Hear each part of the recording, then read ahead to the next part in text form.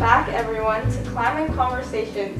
My name is Jabin, and I'm here with Jamelia, Victoria, and here on our show, Climate Conversations, we discuss and learn topics based on environmental and climate-related issues and changes, spreading the word on how to make the world a better place. Today, we will be speaking to Inory Roy about the impacts of the recent heat waves on residents in Regent Park and in St. Jamestown. Inory, would you like to introduce yourself?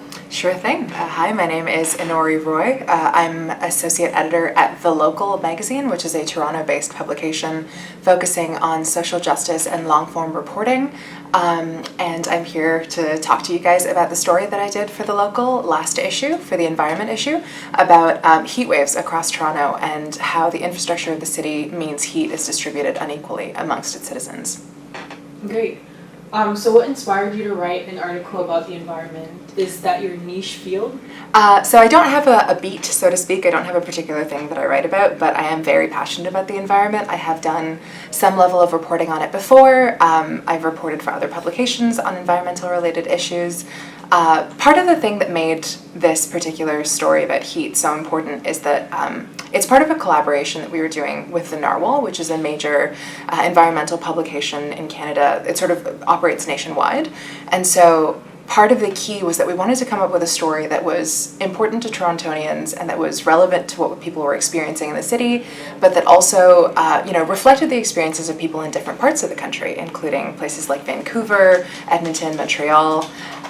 And so part of what we did with this issue is we talked about all of the universal factors that impact Toronto's design and also the design of other major cities in North America, even in the States. And so, it was really important to find something that we could go deep on in terms of what's happening in Toronto, but the principles behind it were still universal.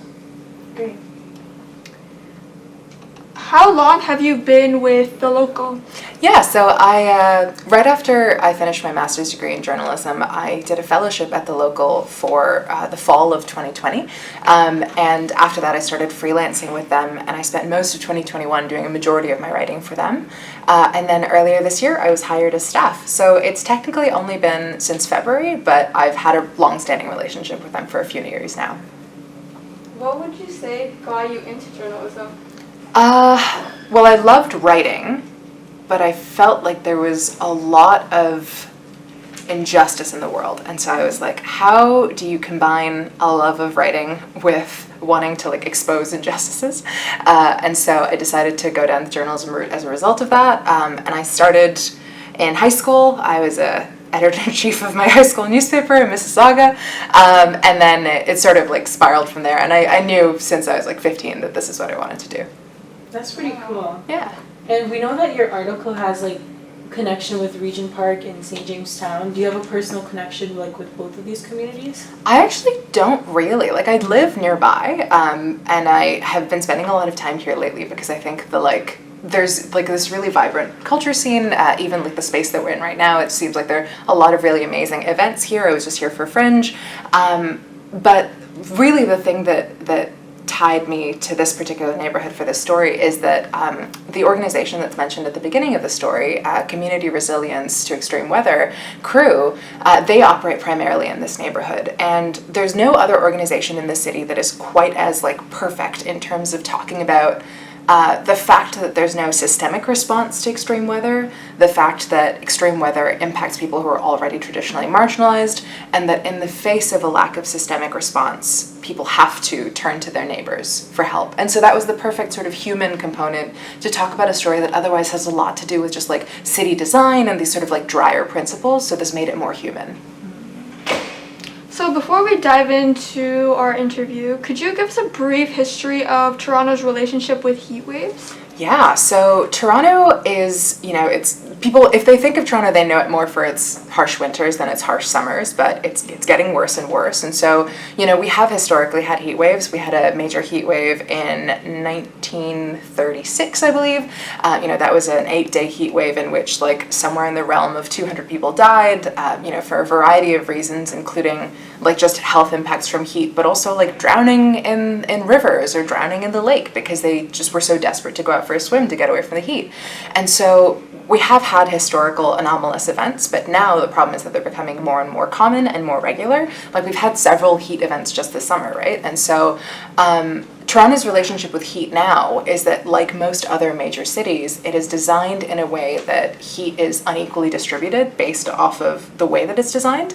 And as a result of that, you know, as temperatures get hotter and hotter, the people who live in like the most poorly designed parts of the city, which are often the ones that are the neighborhoods that are the lowest income and are often the most racialized, are going to experience the worst kinds of heat effects. And so, you know, this report that came out from the University of Waterloo, I think earlier this year or sometime last year, you know, found that the number of hot days in the next sort of by 2050 is going to go up by like 3 to 4 times, depending on how many pollutants, you know, we're putting out as a society, as a world.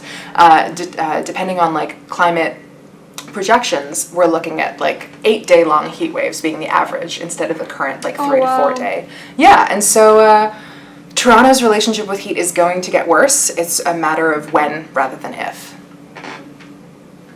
Your article starts off with the subheading, Climate Changes Causes Heat Waves, but the city's politics, policies, and design determine who suffers the most. Which policies have you seen impact residents of St. Jamestown and Regent Park? Yeah, so one of the key things is where the city chooses to place its parks.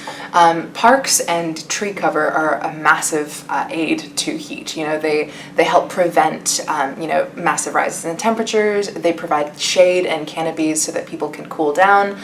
The presence of trees in a neighborhood can, you know, affect the temperature of that neighborhood by anywhere in the realm of 10 to 20 degrees, depending on how hot it is. Oh, wow. And so there's a really significant benefit to having greenery in your neighborhood, but the problem is that lower income neighborhoods usually don't have much greenery, and so instead, you know, they're made up largely of asphalt, of like dark heat absorbing materials, materials that collect heat over the course of the day and then stay hot at night because they're just letting go of that heat, and so there's no sort of flow of air. Mm-hmm. Usually also when you have like high density buildings built together like you do in St. Jamestown, where all the buildings are also built in the 1960s, there's no cross ventilation. All of those things mean that heat sort of collects in those areas, versus if you go to like the wealthier parts of Midtown, you know, where their houses are much further apart, there's tons of greenery between them, there's lots of shade, you're looking at a much cooler climate there. So when it comes to making places more suitable to handle heat waves, we know that there's currently like work being done in Regent Park, but we don't know much about St. Jamestown because there's not really much coverage.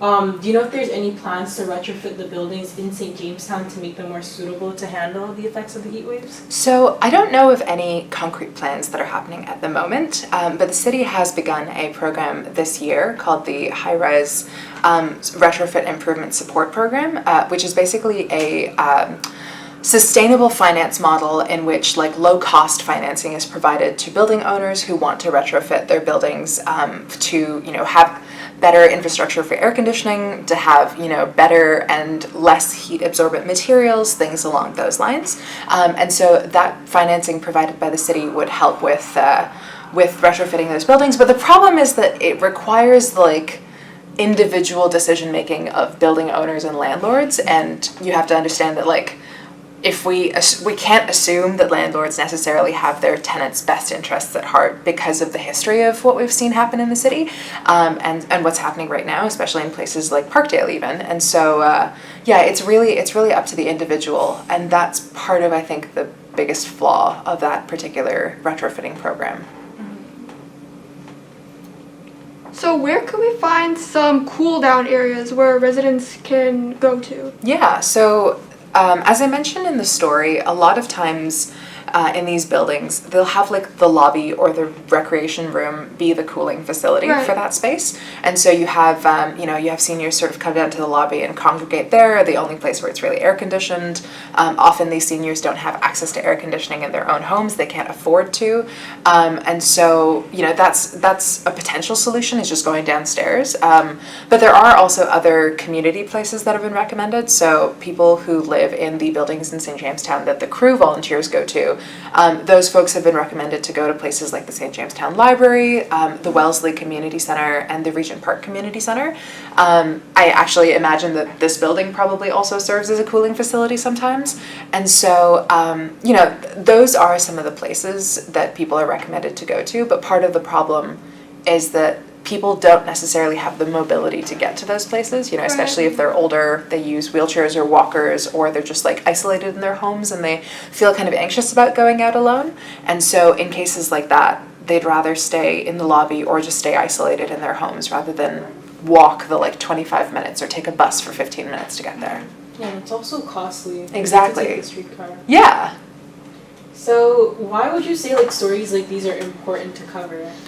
I think that we think about heat and we sort of assume, and I think this has been a mistake in the way that people have thought about the climate crisis for a long time, is we're all in this together because we all live on Earth, or we all live in Toronto.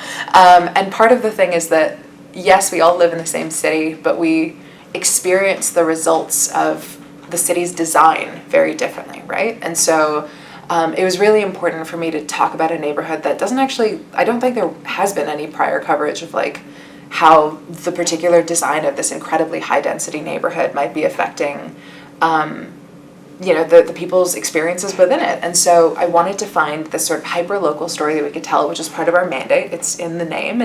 We really value talking about communities that aren't talked about in the mainstream media very much. And so finding that, but still making it universal in the sense that all cities across the country and across the continent are going to experience this. And so the principles are universal, and then the experiences are deeply human and deeply Toronto. And so I loved that mix of all those things together, and that's why it felt really important to tell this story in this particular way. What would you say, specifically this community can do to, improve, the heatwave crisis? So there are a few different, levels on which we can take action, right? So there's, if you want to do something sort of neighborly and community-oriented, you could probably join Crew as a volunteer. Right now, their volunteers, I think, are folks of all ages, a lot of families, a lot of older people checking in on their neighbors.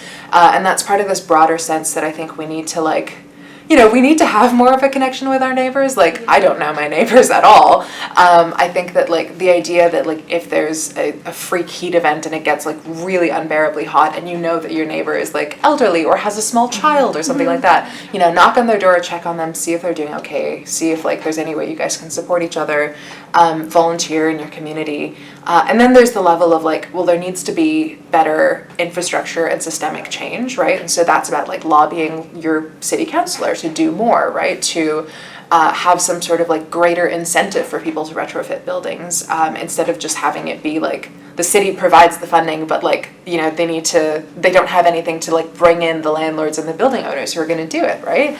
And so having those incentives and having that mandate to address the issue.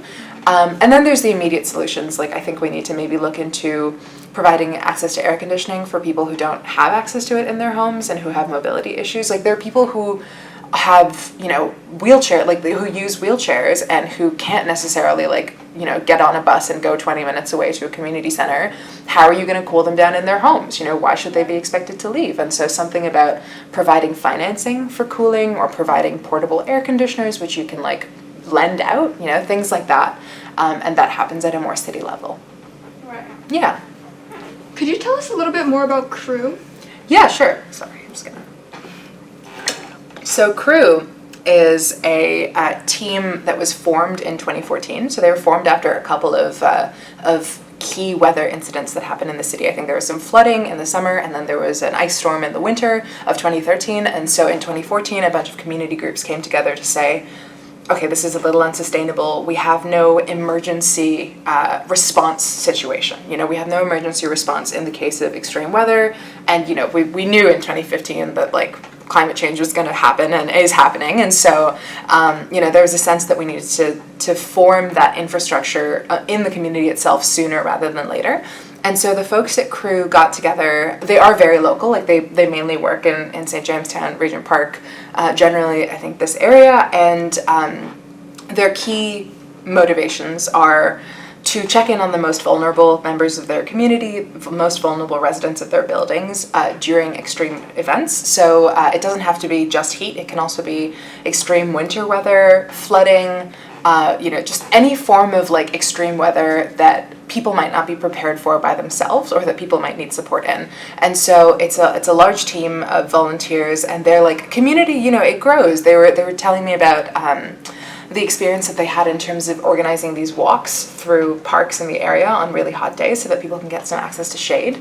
And a lot of those, like they started off with like 10 people at the start of the summer, and by the end of the summer they were like walking with groups of 30, and so it's very much sort of a word of mouth thing that reflects the interest and the desire of community members to have this sort of resource and network that they can go to, but not knowing that there's something that they can do about it right at their front door until Crew comes to them and invites them in. Great. So is there anything else that you'd like to add on to? No, I think that you guys asked some great questions. It's a pleasure to be here. I think the only thing I'd say to anyone who's listening is if you feel strongly about this sort of thing, like there are always places to get involved in your community, and so I would really recommend it, because creating that sort of network is the thing that will save us in the event that the municipal government chooses not to. Yeah. That's very true. All right, so that was a great conversation, and I hope our viewers learned a lot about the impacts on the recent heat waves on communities like Regent Park in St. Jamestown. We learned a lot, and we want to thank you for joining us today. It was a pleasure. And that was all for our show today, folks, and we hope to see you next time on Climate Conversations. Bye. Don't forget to like, comment, share, and subscribe to our YouTube channel, and check out all of our social media platforms. For more information, check out our website.